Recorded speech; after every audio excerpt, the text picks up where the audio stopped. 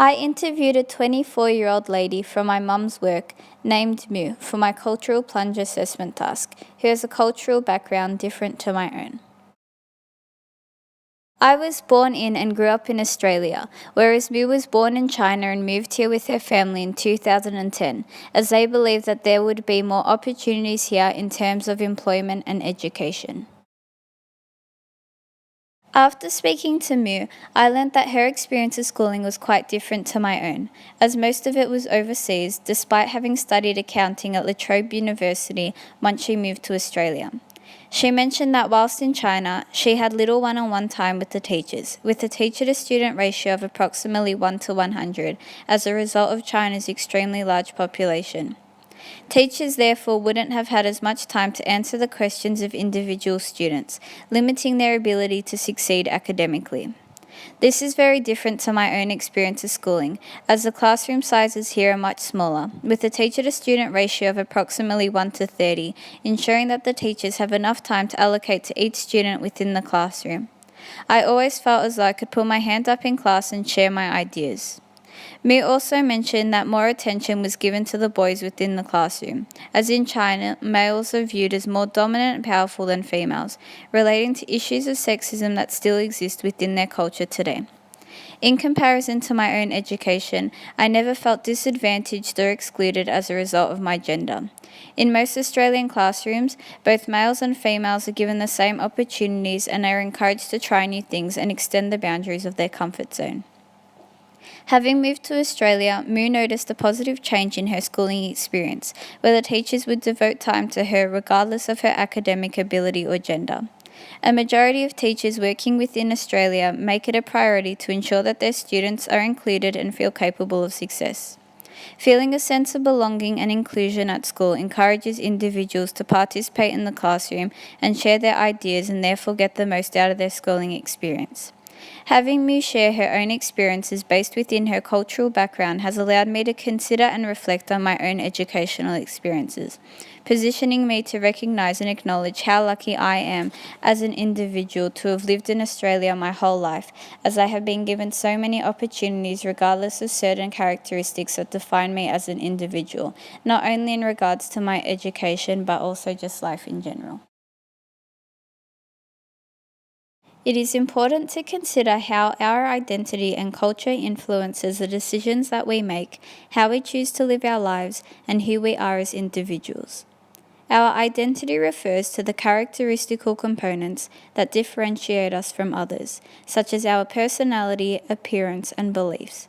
And our culture refers to how we behave according to the customs and norms of the groups that we have grown up in and belong to.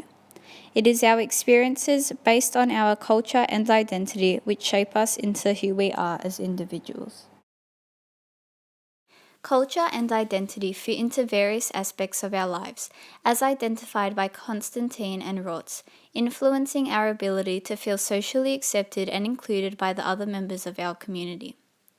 We each have the responsibility to protect diversity by becoming more aware of those around us, as proposed by Chapol, and contribute to the creation of a more fair and just society, ensuring that all individuals have access to equal rights and opportunities. We must also be considerate of the fact that people have different worldviews, and therefore things aren't always perceived in the same manner. In an ideal society, there would be no us or them as suggested by Burnett, in light of his concept or theory of othering, and all individuals would be treated equally. Although we live in a realistic and imperfect society, where we recognise that everyone is different and therefore it is not necessarily ideal or appropriate to treat all individuals the same, as we each have different needs according to our cultural backgrounds and social identities. For example, all individuals shouldn't be expected to dress in the same manner, as some people wear certain items of clothing based on their traditions and beliefs. In terms of addressing diversity within school communities, a number of different approaches have been taken in an attempt to satisfy the different learning requirements of different students and promote equality within the schoolyard.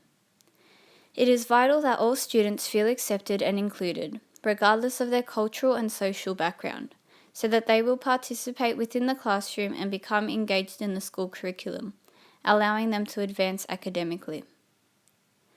A variety of methods can be adopted in order to address the inequalities that exist among students, in order to promote equity and to engage diversity, as encouraged by Graham and Harwood, although we must first recognize what they are.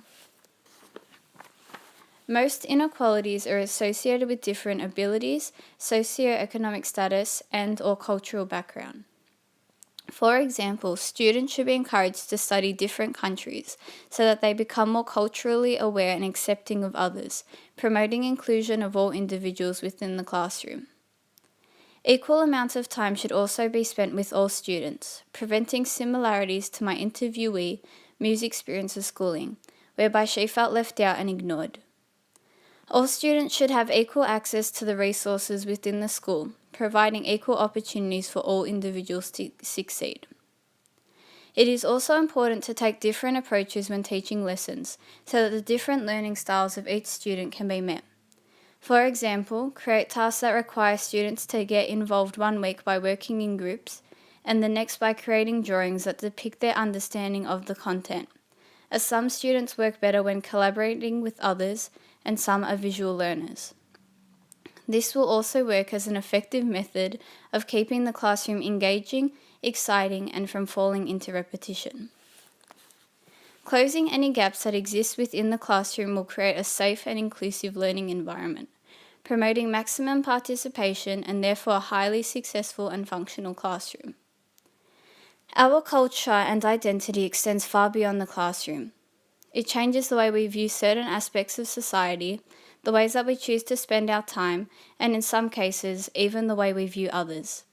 Our background therefore influences the kinds of experiences that we are subjected to, in terms of our relationships, education, employment, and lifestyle. As proposed by Thomas, we must be aware and respectful of these differences as time changes, so that we are able to continue to advance and grow as a society. My grandparents were all born in Malta and immigrated to Australia during their youth in the hope of finding more opportunities here. They started a life in Australia where I grew up and have lived ever since. After having interviewed Mu and making comparisons between my culture and her own, I think it is safe to say that Australian culture is more relaxed in many aspects relative to Chinese culture, particularly in regards to schooling. As a family, we don't have too many traditions, although a big thing for us is education. My parents have been fairly laid back in regards to most aspects of my life, allowing me to make my own decisions, although they have always made a big deal about education. They encouraged both my sister and I to try our best in school, so that we would be able to move on to university, obtain a stable job, and therefore each have a great future. I've always had access to the required resources needed to complete all of my schoolwork, allowing me to succeed academically, and have always had access to the basic necessities. So I'd say that in a sense, I've had a relatively easy life filled with lots of opportunities to achieve and advance. Having had all of these privileges my whole life, as well as social and cultural capital, I've unconsciously become oblivious to the other end of the spectrum, whereby I haven't really considered the struggles and hardships that others have faced. This therefore produces a tendency for me to judge others before I consider their own experiences, in relation to their cultural and social background, as it is easy for me to forget that they haven't had the same opportunities and privileges that I have had. For example, if I see an individual starting an assignment only a day before it's due, I might immediately label them as lazy or unorganized, failing to consider the possible reasons that they might not have started the assignment yet. They could have difficulty understanding English and therefore couldn't understand some of the questions, or they may not have had access to the internet or even a computer at home that would have enabled them to start it, making it difficult for them to work on the assignment. I'm sure I'm not the only person guilty of passing off these immediate judgments, although I believe that by being more aware of the fact that not everyone had the same privileges, I will become a more understanding individual and therefore hopefully stop myself from judging others. Both Mo and I agree that teachers have a large impact on student identity.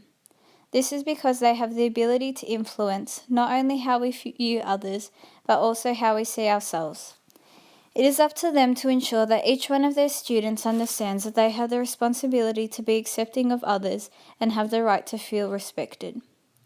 I found this whole experience beneficial as it has allowed me to become more aware of different cultures in a whole new context, as well as consider the different opportunities and experiences that others have been exposed to. It has also allowed me to reflect on my own experiences in ways that I never have before, positioning me to hopefully become a more accepting teacher in the future, who will go out of my way to make all of my students feel a sense of worth and belonging, regardless of where they come from, who they are, or what difficulties they may have already had to face as an individual.